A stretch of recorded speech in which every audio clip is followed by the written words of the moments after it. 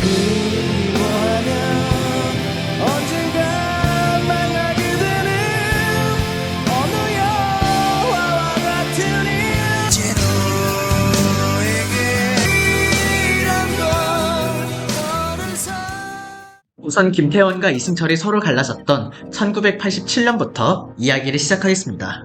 사실 김태원은 정규 2집을 준비할 때부터 이미 마약에 중독되어 지내고 있었습니다. 그래서 앞에 영상에서 소개한 노래 회상3는 중독자인 자신의 모습을 지켜보는 여자친구를 보며 쓴 노래입니다. 지금 슬픈 내 모습을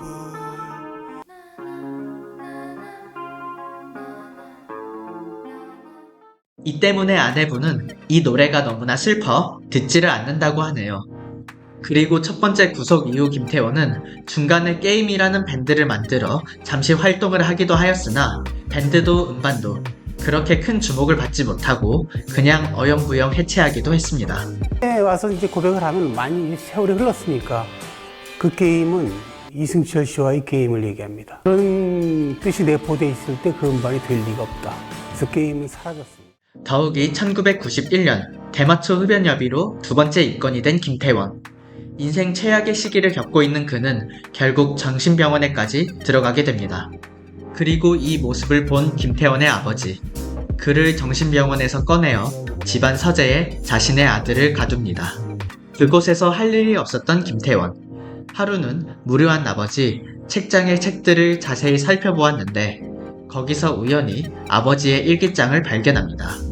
간만에 재미난 구경거리가 생긴 태원. 그리고 그것을 천천히 읽다가 중간에 자신이 태어났을 때 아버지가 적은 일기들도 읽게 됩니다. 막내 아들 태원이 태어난 것에 대한 기쁨과 희열로 가득한 아버지의 일기. 태원은 그날을 기점으로 각종 중독에서 벗어나 방황의 종지부를 찍게 됩니다. 그리하여 1987년부터 이어진 긴 방황을 정리하고 만든 앨범이 바로 부활의 3집입니다. 그리고 이 앨범을 준비하며 만난 인물이 바로 이 3집의 보컬 김재기입니다.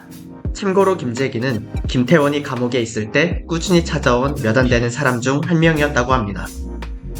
서로를 형제와 같이 여겼던 김태원과 김재기. 그런 그들에게 너무나 큰 비극이 찾아오게 됩니다. 앨범을 내주겠다는 기획사가 하나도 없어 좌절하던데 겨우 한 곳을 찾아내서 녹음을 하는 김태원. 그런 그에게 새벽 2시에 갑자기 전화가 옵니다. 김재기가 견인된 차를 찾고자 태원에게 도움을 청한 것. 견인비 34,000원이 없어서 전화를 했었는데 본인도 정말 2,000원이 없어서 진짜 미안하다. 나도 돈이 없다. 라고 말하며 전화를 끊었다고 합니다. 그리고 그것이 그들의 마지막 대화가 됩니다.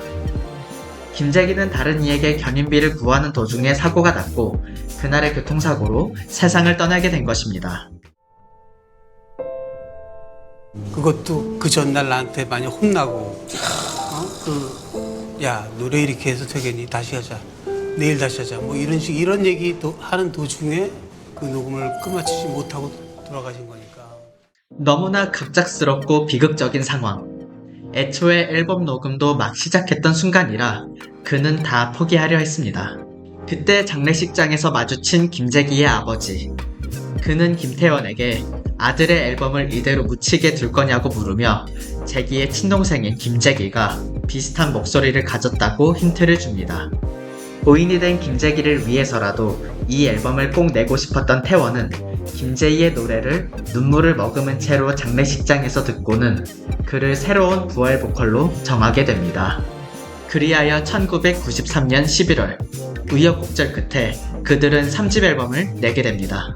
한참 동안을 찾아가지 이제 너에게 난 아픔이 어느새 너는 멈추었나. 이러한 사연 때문에 이 앨범에는 몇 가지 특징이 있습니다.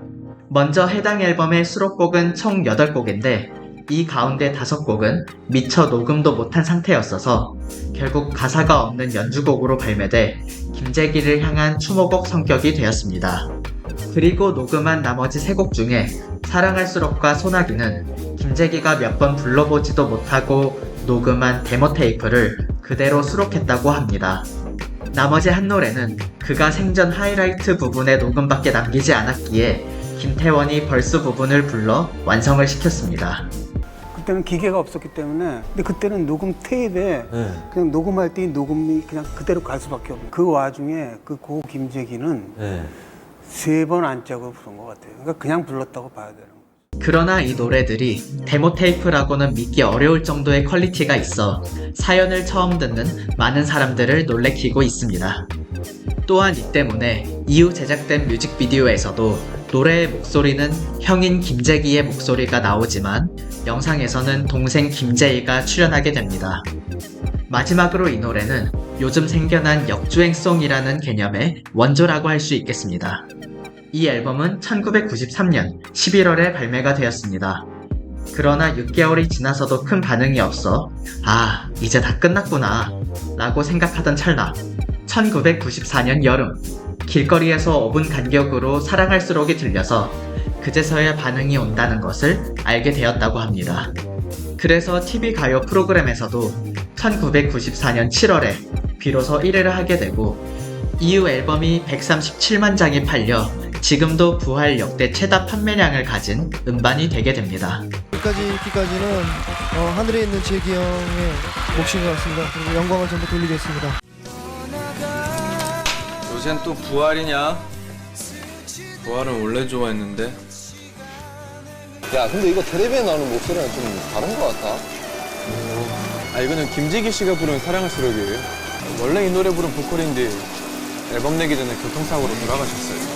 그것도 뭐 앨범 내려고 정식으로 부른 것도 아니고 뭐 연습 삼아서 대충 한번 부른 거란데. 이렇게 한국의 올드 K-팝 가수 중 하나인 부활을 중심으로 이야기를 해보았습니다. 다음에는 아이돌 그룹 가수 중에 하나를 정해서 영상을 만들어 보도록 하겠습니다. 영상 재밌게 보셨다면 좋아요와 구독 부탁드리겠습니다. 감사합니다.